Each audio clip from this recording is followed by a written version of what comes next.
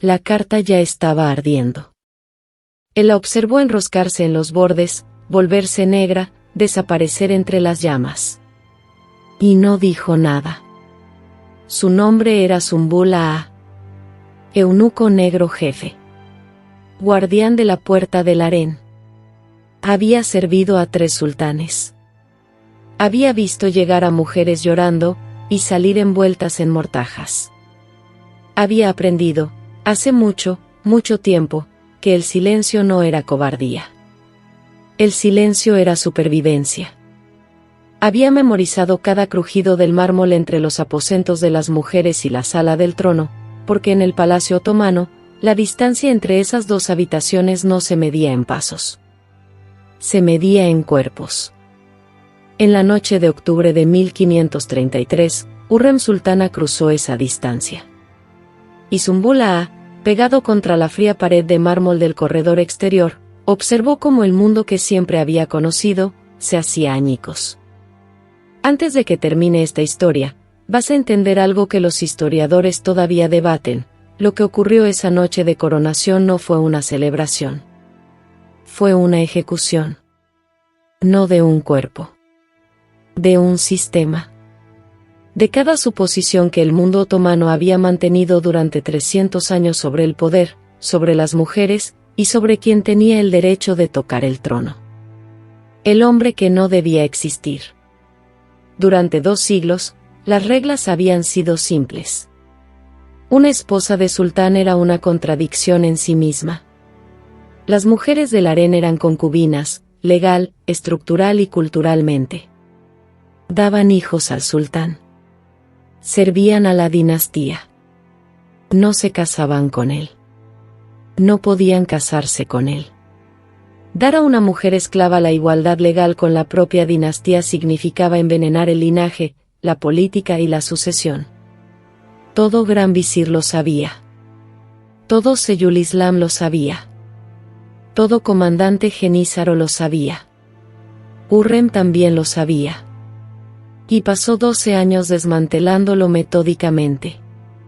Pero lo que la mayoría cree sobre esa noche, está equivocado. Imaginan a una reina triunfante, vestida de oro, recibiendo la sumisión de su corte. Imaginan una historia de amor en su punto más alto.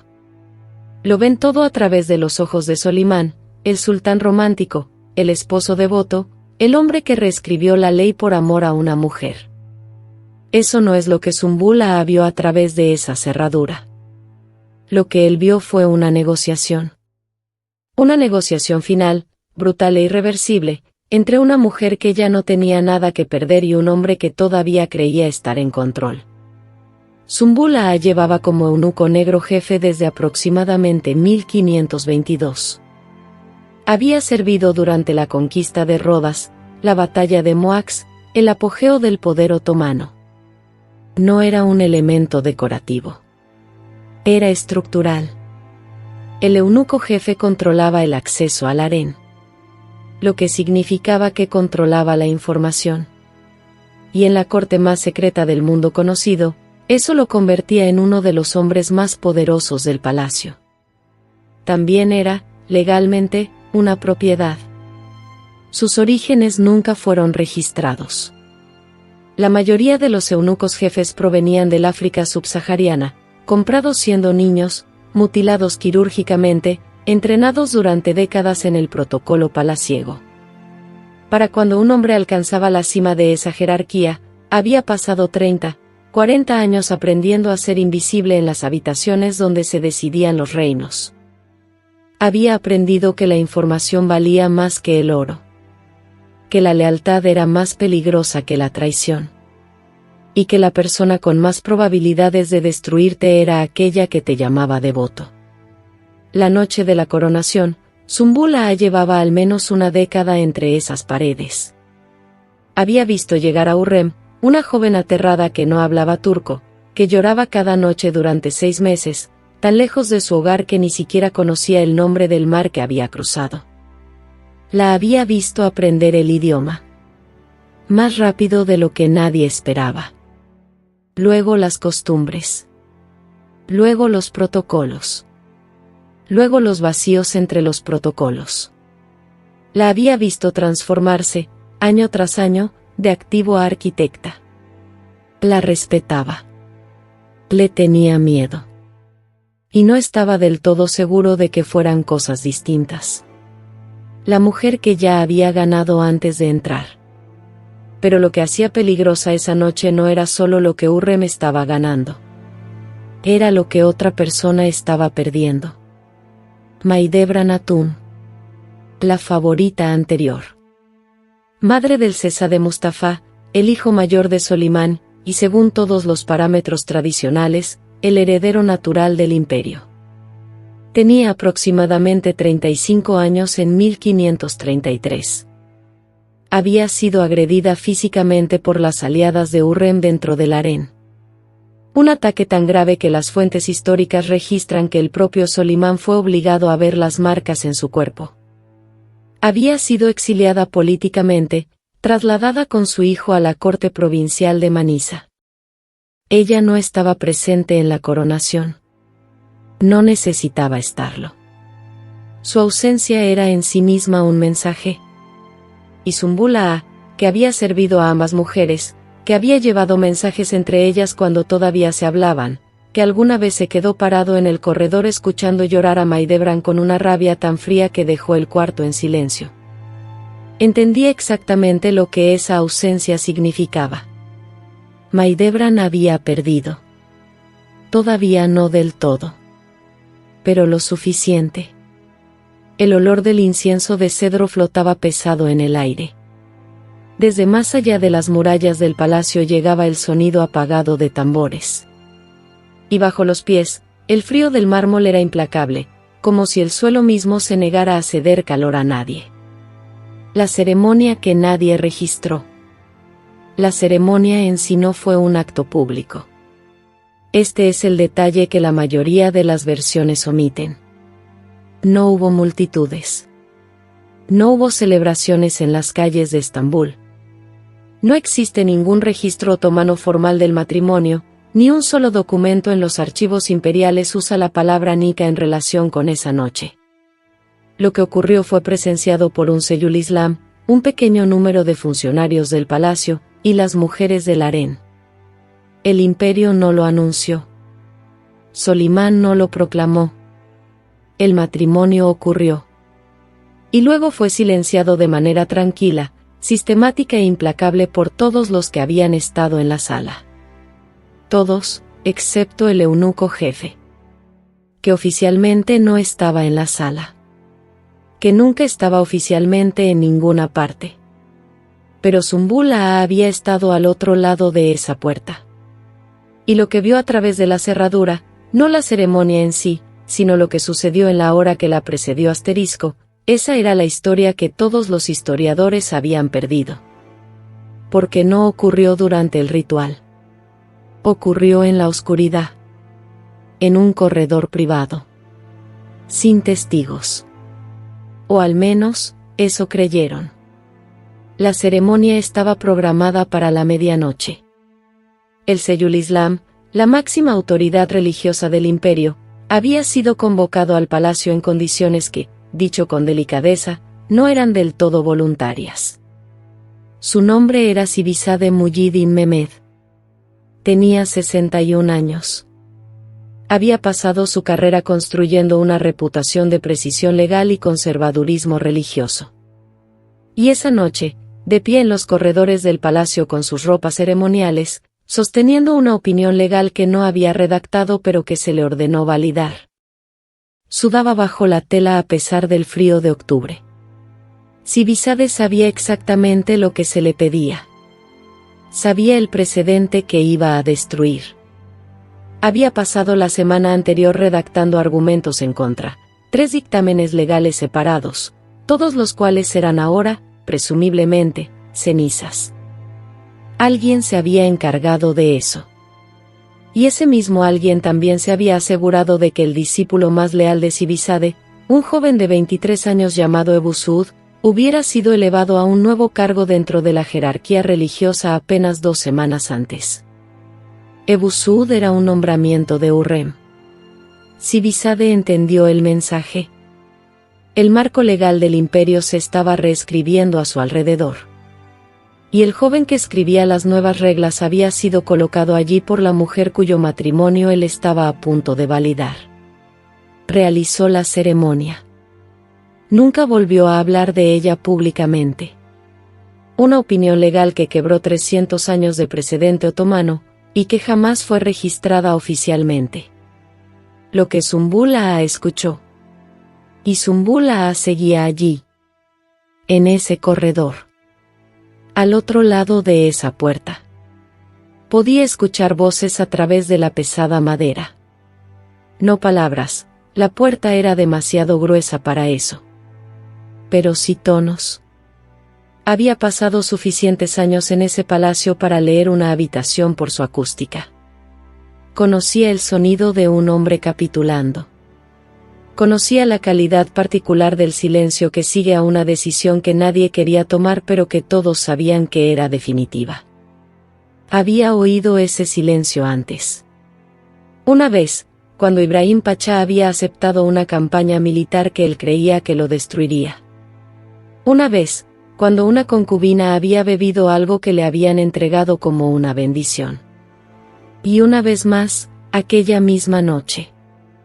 En la media hora antes de que llegara el Seyul Islam, cuando Hürrem había estado a solas con Solimán. Esa conversación era la que importaba. Ella no había suplicado. No había llorado. No había utilizado el lenguaje del amor que los poetas le atribuyeron en los siglos que siguieron. Lo que Sümbül Ağa escuchó, a través de esa cerradura, en ese corredor, fue la voz de una mujer haciendo una exigencia. Y la voz de un sultán eligiendo, por primera vez en su reinado, cumplirla. El arma que nadie vio. Todo lo que acabas de escuchar sobre esa ceremonia va a verse completamente diferente cuando entiendas lo que Hürrem tenía en su poder. No en sus manos. En su mente.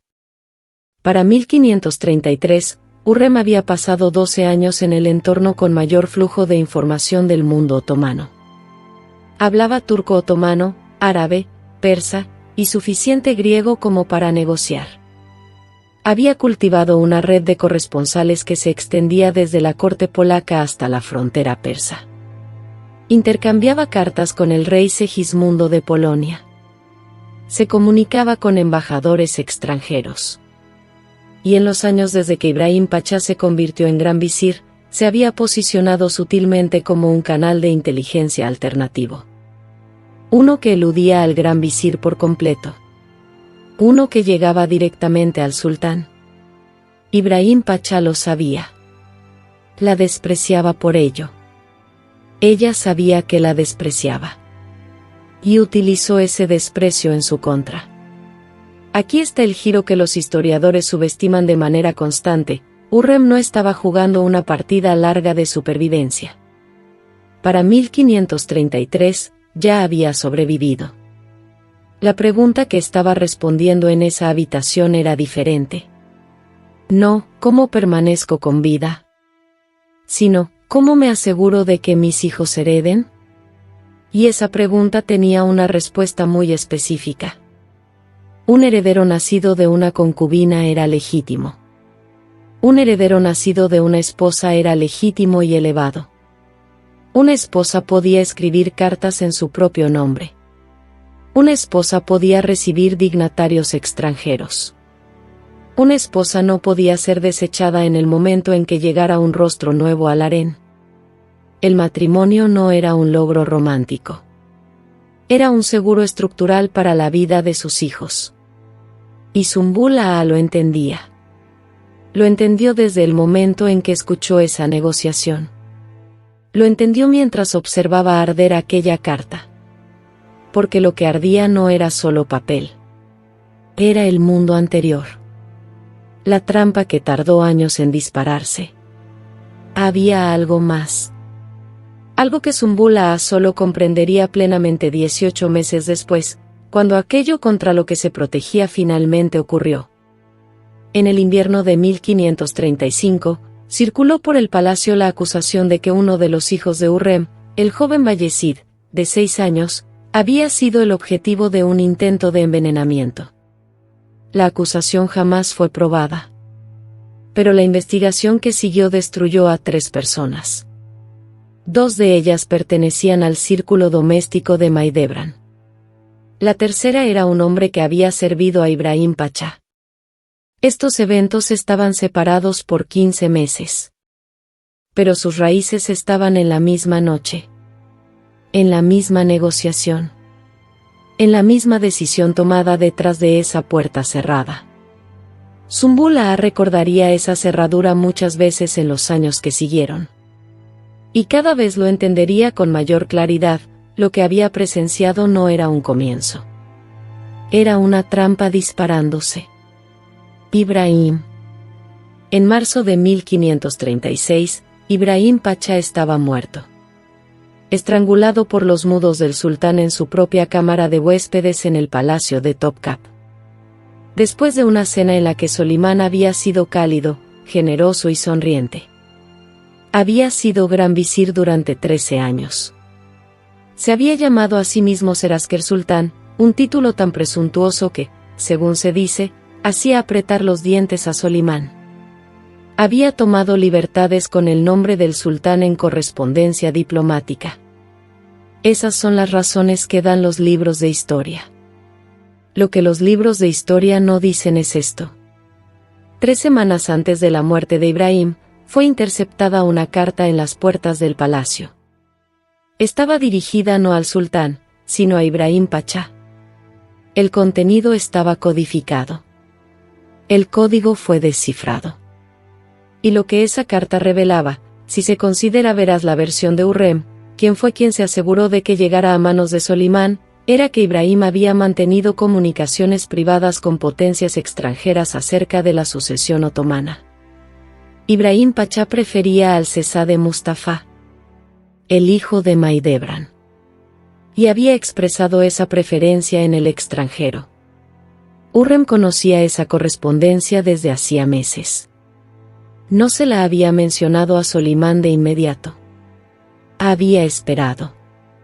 Había dejado que las demás ofensas de Ibrahim se acumularan en el libro de agravios privados del sultán. Y luego, en el preciso momento en que ese libro estaba más cargado que nunca, añadió un ítem más. El que no podía perdonarse. 3 años después de la noche de coronación, Ibrahim estaba muerto. Y él no supo cuándo se tomó la decisión. Sümbül Ağa sí lo sabía. Lo había escuchado a través de aquella cerradura. La carta sellada. La carta sellada aparece 3 veces en esta historia. La primera vez, ardiendo en un brasero en la cámara de Hürrem durante la noche de la coronación. Una carta cuyo contenido Sümbül Ağa nunca vio, pero cuya destrucción presenció.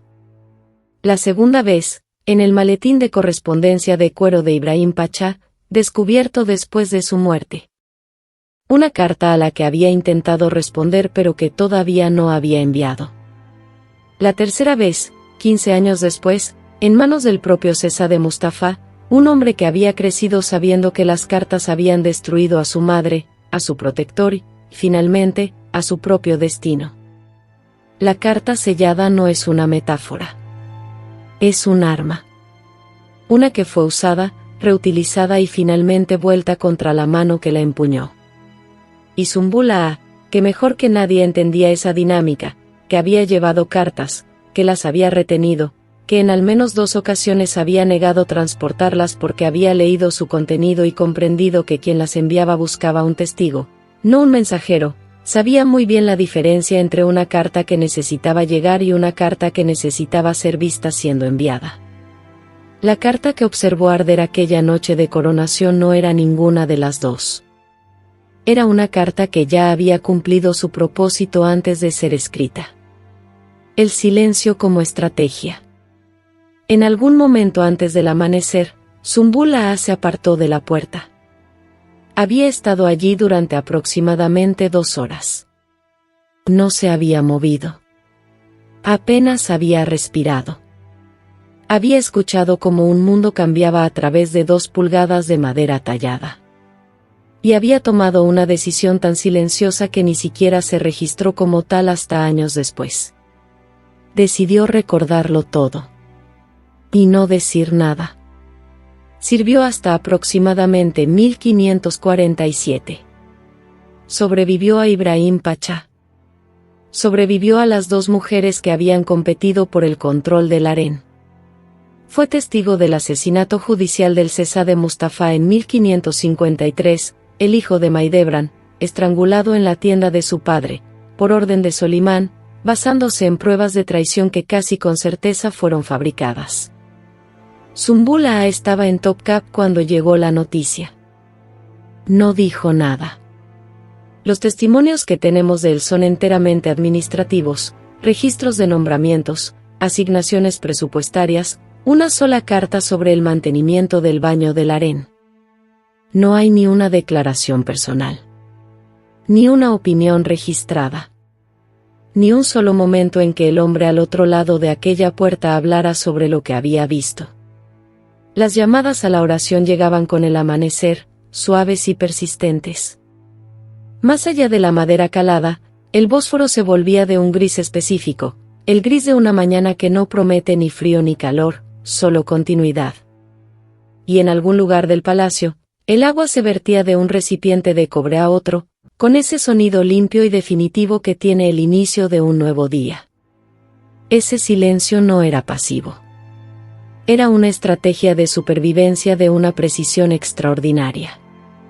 Sümbül Ağa entendía algo que quienes lo rodeaban solían olvidar: la persona más peligrosa en cualquier lucha por el poder no es quien la combate. Es quien la ha memorizado y ha elegido, deliberadamente, no participar.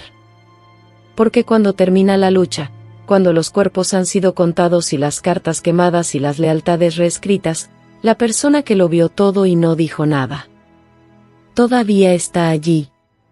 Indispensable. Insustituible. Intocable. Hasta que deja de serlo. Las matemáticas de la victoria. El matrimonio alteró de manera irreversible la matemática de la sucesión. Los hijos de Hürrem, Şehzade Selim, Şehzade Bayezid, Şehzade Cihangir, Şehzade Mehmed, Şehzade Abdullah, eran ahora, técnicamente, hijos de una mujer libre. La distinción importaba. Importaba lo suficiente como para que cuando Şehzade Mustafa muriera en 1553, estrangulado en una tienda por orden de su propio padre, la acusación que se usó para justificarlo fuera que había estado en contacto con el Satamás de Persia. Las pruebas eran endebles. El momento era preciso. Y el método que Hürrem había perfeccionado durante 20 años sobrevivió a su propia muerte. Mahidevran, despojada de toda asignación, se vio obligada a vender sus joyas para enterrar a su propio hijo. Lo sobrevivió 17 años. Murió en 1580. Fue enterrada junto a Mustafa, el hijo al que había sobrevivido durante 2 décadas y media. El silencio específico de una tumba siendo cavada. El peso de un sudario doblado por manos que ya no tienen a nadie que las ayude. La propia Hürrem había muerto en 1558. Solimán, según se dice, nunca se recuperó del duelo. Murió 8 años después, en campaña. Y entonces comenzó la guerra. Entre sus propios hijos. Selim contra Bayezid. Una guerra que mató a decenas de miles antes de resolverse. Una guerra entre hermanos. Consecuencia directa de la victoria de una madre. Porque aquí está lo que nadie te dice: Hürrem aseguró el trono para sus hijos. Uno murió en el exilio. Uno se convirtió en sultán. Uno fue estrangulado igual que el hombre al que ella había reemplazado. Las matemáticas de la supervivencia palaciega no te eximían simplemente porque tu madre hubiera resuelto la ecuación. El testigo que desaparece. 3 años después de la muerte de Hürrem en 1558, fue nombrado un nuevo eunuco jefe. Los registros no ofrecen explicación alguna para la transición. Sin retiro, sin muerte, sin deshonra. Simplemente un nombre reemplazado por otro. Sümbül Ağa deja de aparecer en los documentos del palacio después de 1561. Un hombre que sabía demasiado. Desaparecido sin una palabra. El palacio había aprendido esa lección de él. Cuando la única herramienta que tienes es el silencio, y ese silencio es precisamente lo que te hace peligroso, ¿qué ocurre el día en que alguien decide que los silencios peligrosos deben terminar? Después de la muerte de Hürrem, fue descubierto un arcón en sus aposentos. Estaba sellado. Los administradores del palacio lo abrieron esperando correspondencia. El arcón estaba vacío.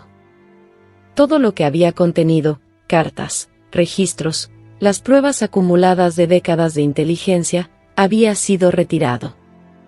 Antes o después de su muerte, nadie podía decirlo. Nadie estaba dispuesto a decirlo. La carta sellada, al final, se selló a sí misma. Lo que esta historia realmente nos enseña. Pasamos mucho tiempo preguntando quién tenía el poder en el palacio otomano. Debatimos sobre las mujeres, los visires, los sultanes, los genízaros.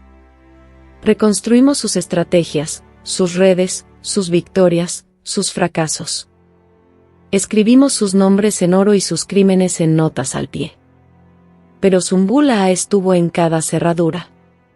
Escuchó cada negociación. Llevó mensajes que memorizaba antes de entregarlos. Caminó por corredores donde se decidían los imperios. Y no dejó ningún rastro de sí mismo en esas decisiones. Por elección. La historia del poder la escriben quienes lo ejercieron. Pero fue presenciada por quienes sobrevivieron a él. Y a veces, esas son personas completamente distintas. No era Hürrem quien controlaba el palacio desde las sombras. No era Ibrahim quien tenía la información más peligrosa. Era el hombre en el corredor. El hombre al otro lado de la puerta. El hombre que había decidido, décadas atrás, que la única forma de sobrevivir en ese lugar era convertirse en algo que el poder no pudiera leer. Sümbül Ağa era ilegible. Profesional, deliberada y permanentemente ilegible. Y esa ilegibilidad fue tanto su mayor protección como, eventualmente, lo que lo hizo prescindible. Cuando un sistema ya no necesita ser observado, cuando los nuevos actores han establecido sus propias redes, sus propios informantes, sus propias cerraduras, el testigo antiguo no tiene nada más que ofrecer. Sabía demasiado del pasado. Y el futuro estaba siendo escrito por personas que necesitaban que el pasado fuera borrado. Lo que ocurrió esa noche de octubre de 1533 no fue una boda. Fue el momento en que una mujer le demostró a un imperio entero que sus reglas no eran leyes de la naturaleza. Eran acuerdos. Y los acuerdos pueden romperse. Sümbül Ağa lo vio todo. No dijo nada. Y desapareció de la historia como si nunca hubiera existido. Pero existió. Estuvo en esa cerradura. Escuchó esa negociación. Y si el palacio no hubiera borrado su rastro, si hubiera decidido hablar, si hubiera escrito una sola línea sobre lo que vio aquella noche, la historia del Imperio Otomano sería completamente diferente. Si quieres entender cómo funcionaron realmente las guerras de sucesión otomanas, no la versión romántica, no la diplomática, sino la operacional, biológica y aterradoramente lógica, hay más por venir. La próxima vez, entramos en el año en que el aliado más cercano de Ibrahim Pachá decidió desaparecer antes de que Solimán pudiera desaparecerlo. Y la ruta que tomó para salir de Estambul que nadie debía conocer. Suscríbete. Y deja un comentario con una sola pregunta. Una cosa de esta historia que quieras que respondamos. Porque el próximo guión va a estar moldeado exactamente por eso. El palacio nunca tuvo escasez de cerraduras. Apenas hemos empezado a mirar a través de ellas.